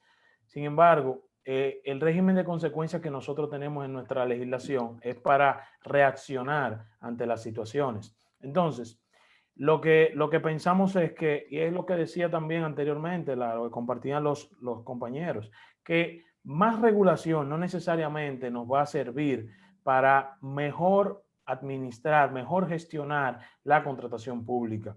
Necesitamos es un modelo que nos permita prevenir estos incumplimientos y que las consecuencias al final se van a dirimir por la misma legislación actual. Sin embargo, estableciendo esos mecanismos de prevención, vamos a poder evitarnos tener que llegar a la aplicación de ese régimen de consecuencias, evitarnos tener que ser más estrictos, más regulados, porque al final más regulación no necesariamente va a significar menos corrupción. Excelente, muchas gracias, Babaji. Bien, tengo una pregunta para la doctora. Dice, doctora Concepción, si el mayor riesgo en el proceso de compra son las personas, ¿cuál podría ser el mejor estándar para garantizar la profesionalización en la contratación y de su personal? Bien, la profesionalización, yo apelaba antes, ¿no?, a la recomendación que tenemos en el marco de la Unión Europea y que me parece tan adecuada. Yo creo que lo primero es la capacitación, sin ninguna duda. Es muy importante la capacitación, tienen que conocer todas las personas que participen en los procedimientos de contratación en profundidad la contratación, pero también tienen que tener una formación transversal en materia de ética y de integridad y cumplimiento normativo. Es fundamental. No sirve que solo conozcan pliegos, procedimiento, trámites, burocracia, diligencias, informes, acuerdos, no. Tienen que conseguir que todo esto se haga permeable a lo largo de todo el procedimiento, que conozcan los valores, que conozcan lo que estábamos hablando, el valor de la transparencia desde el punto de vista de los costes de transacción, el valor de la inclusión, de los valores de sostenibilidad, sociales y demás. Y desde ese punto de vista también incluso en la realización de talleres. Por otra parte también el establecimiento de códigos de conducta, compromisos de adhesión por parte de las distintas personas que participan en el procedimiento de contratación, declaraciones de conflictos de intereses, de imparcialidad, de objetividad. ¿no? Tanto, yo creo que hay que abordarlo desde diferentes planos. La capacitación es la primera, pero con independencia de ello hay que articular un sistema a través de, como decía, esos códigos de conducta, pero que no se tienen que quedar en simples lecturas de decálogos, que quedan pues como muy bien a la hora de decir que lo hemos hecho y qué íntegros somos, sino que tienen que introducir herramientas concretas, como digo, por ejemplo, estas declaraciones de conflictos de intereses, de neutralidad técnica, por ejemplo, cuando estamos hablando de herramientas de carácter tecnológico, de objetividad, de que no hay impacto de mercado, es decir, tenemos que dotarnos de una serie de herramientas que, sin perjuicio, ¿no?, de que la formación y la capacitación haya resultado eficaz, garanticemos que también lo es. Muchas gracias, doctora. Bien, ya estamos casi finalizando el set de preguntas. Otra pregunta, licenciado Babaji. Si el Estado está parametrizado y está altamente regulado, ¿qué estaría haciendo falta para disminuir la corrupción en los procesos de compras?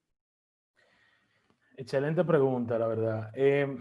Mira, si bien, como hemos establecido, la aplicación de un modelo de gestión de riesgos en la contratación pública es lo que puede apuntar a disminuir esos comportamientos de corrupción que hay en las instituciones, pienso que debe de acompañar esta disposición de implementar estos modelos, estos programas de gestión de riesgos, a una disposición más generalizada a nivel de todo el Estado. ¿Por qué? Porque nosotros podemos estar perfectamente mitigando y previniendo algunos riesgos a nivel de una institución, dos instituciones. Tú mencionabas, Tania, que hay algunas buenas prácticas que se han tomado. Sin embargo, no es de manera general que se está aplicando. Entonces, debemos de verlo como una política pública nacional para que nos ayude realmente a nivel de la administración pública a poder disminuir los niveles de corrupción en todos lados, porque al final cada uno de los organismos, los ministerios, las direcciones generales, cada uno es responsable de ejecutar su procedimiento de contratación. Por lo que si no existe esa medida de que sea generalizada la aplicación de programas o modelos de gestión de riesgos en la contratación pública en todos, vamos a estar teniendo que algunas instituciones van a estar aplicando esas buenas prácticas, vamos a mejorar la gestión, pero en otras simplemente el Estado todavía no va a estar en ese nivel. Por lo que, para garantizar una uniformidad y que todas las instituciones vayan a un nivel equitativo y de cara a la misma confianza pública se mantenga, porque como le decía, que 10 instituciones lo hagan bien, no quiere decir que la 11ª que lo haga mal no va a afectar a las otras 10. Entonces, que se promueva esa implementación de manera generalizada como política pública estatal, creo que podría efectivamente disminuir los niveles de corrupción con herramientas puntuales que pueda regular esa debida diligencia ampliada de los proveedores, de ver cualquier tema de incumplimientos entre las instituciones y ellos, de la definición de los conflictos de interés, que ahora mismo no hay una disposición como tal que regule los conflictos de interés. Por lo que en cualquier momento una persona que interviene en la contratación no tiene el mecanismo y tampoco la voluntad, tal vez por desconocimiento, la falta de capacitación y sensibilización, para abstenerse de participar en ese proceso, entre otros elementos que estarían contemplando este modelo de gestión de riesgos. Muy bien, gracias, Babaji. Ciertamente que siempre he mencionado que una de las razones por las cuales incumplimos en las organizaciones es por esa hiperregulación y dispersión normativa. Entonces, la consolidación de la normativa realmente es un elemento importante a tomar en cuenta para disminuir los riesgos de incumplimiento y también, obviamente, de irregularidades administrativas. Vamos a tener una última pregunta ya para finalizar. Doctora Campos, Juan Salas dice, recomendaciones para mejorar las variables urgencia e importancia en tiempo de COVID a la luz de la transparencia que demanda el país. Bueno, la primera cuestión, algo que ha dicho aquí y me parece muy importante, situarlo en la agenda política. Eso es lo más importante. Tiene que estar en la agenda pública y en la agenda política. La presencia hoy de Carlos Pimentel, de director general de contrataciones, hace que esto sea así. Lo segundo, rendición de cuentas, es decir, hace falta un papel activo, como decía, por parte de la sociedad civil y también del sector privado, porque al fin y al cabo toda esta situación, la situación del COVID sobre todo, nos está afectando a todos como ciudadanía. No se trata de un tema aislado de la administración pública, sino que tendríamos que valorar, ¿no?, cómo el impacto que está teniendo en la redistribución también de los fondos. Es decir, hay contratos que no se han podido, por ejemplo, ejecutar como consecuencia de la situación derivada de la COVID. Pues que, por ejemplo, se exige, ¿no?, pues como está sucediendo aquí en España y en el resto de Europa, una determinada distancia social, se han tenido que cerrar determinadas. Por lo tanto, es importante también saber qué ha pasado con esos fondos, cómo se están asignando, y ahí apelo a la transparencia electrónica. ¿Por qué razón? Porque es una forma sencilla de acceso a distancia, que además hoy en día tanto nos reclama, desde luego, la actual situación de emergencia sanitaria, la situación de pandemia, y por lo tanto yo creo que tenemos que evaluar claramente la situación en la que nos encontramos y la que nos vamos a encontrar quizás a 6 meses vista, ¿no? En estos momentos, por ejemplo, todos estamos planificando nuevos contratos asociados a esta nueva situación, pero a la vez tenemos que mantener el funcionamiento del Estado. No tenemos que olvidarnos de otros contratos. El COVID tampoco puede monopolizar en exclusiva el funcionamiento de los departamentos de contratación. Se ha constituido, como muy bien dice Juan, en una variable, desde luego, que tenemos que tomar en consideración, pero desde luego tiene que seguir compartiendo el protagonismo con otros servicios que siguen siendo básicos para la ciudadanía. No podemos permitir que monopolice, desde luego, toda lo que es la acción pública y de gobierno. Transparencia, pues 200%, por supuesto, y también integridad, porque yo creo que si tenemos ese sistema de integridad, ese sistema de compliance, tendremos garantizada la transparencia también y esa debida rendición de cuentas en estos momentos tan importantes de asignación de recursos públicos, eficiencia y racionalización del gasto. Excelente, doctora.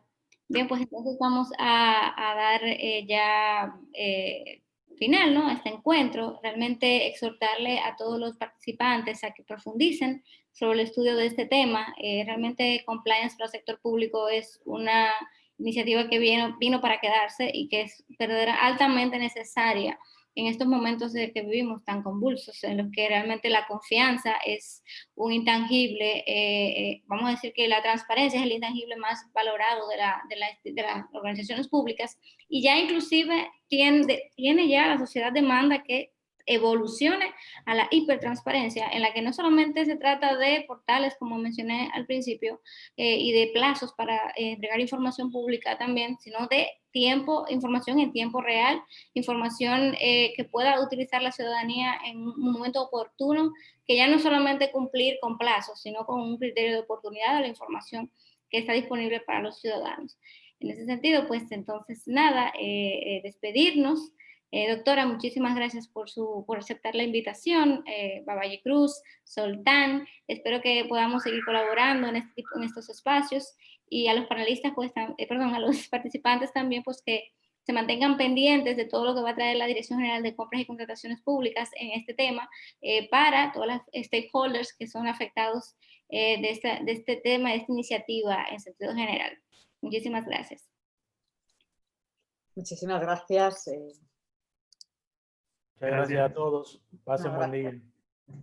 Muchísimas gracias, Tania, por la invitación, a la Dirección General, y desde luego todo un honor, Babaye, Zoltán, compartir esta jornada y este intercambio de experiencias entre distintos países, y que además es un aprendizaje muy enriquecedor, desde luego para mí, para mi conocimiento. La transferencia del conocimiento creo que es la mayor riqueza, y si algo bueno, entre comillas, nos ha traído estas situaciones, que hemos generalizado estos webinars y que nos permiten estar tan cerca estando tan lejos. Que vaya todo muy bien. Muchas gracias.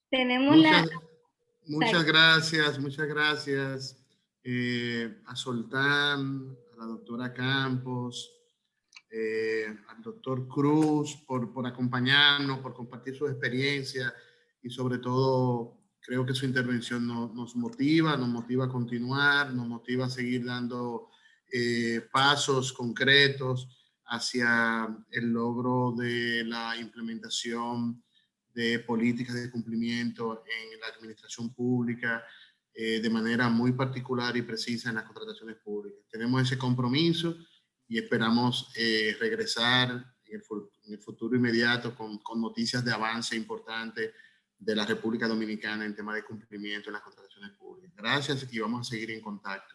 Muy gentil. Hasta luego. Hasta luego.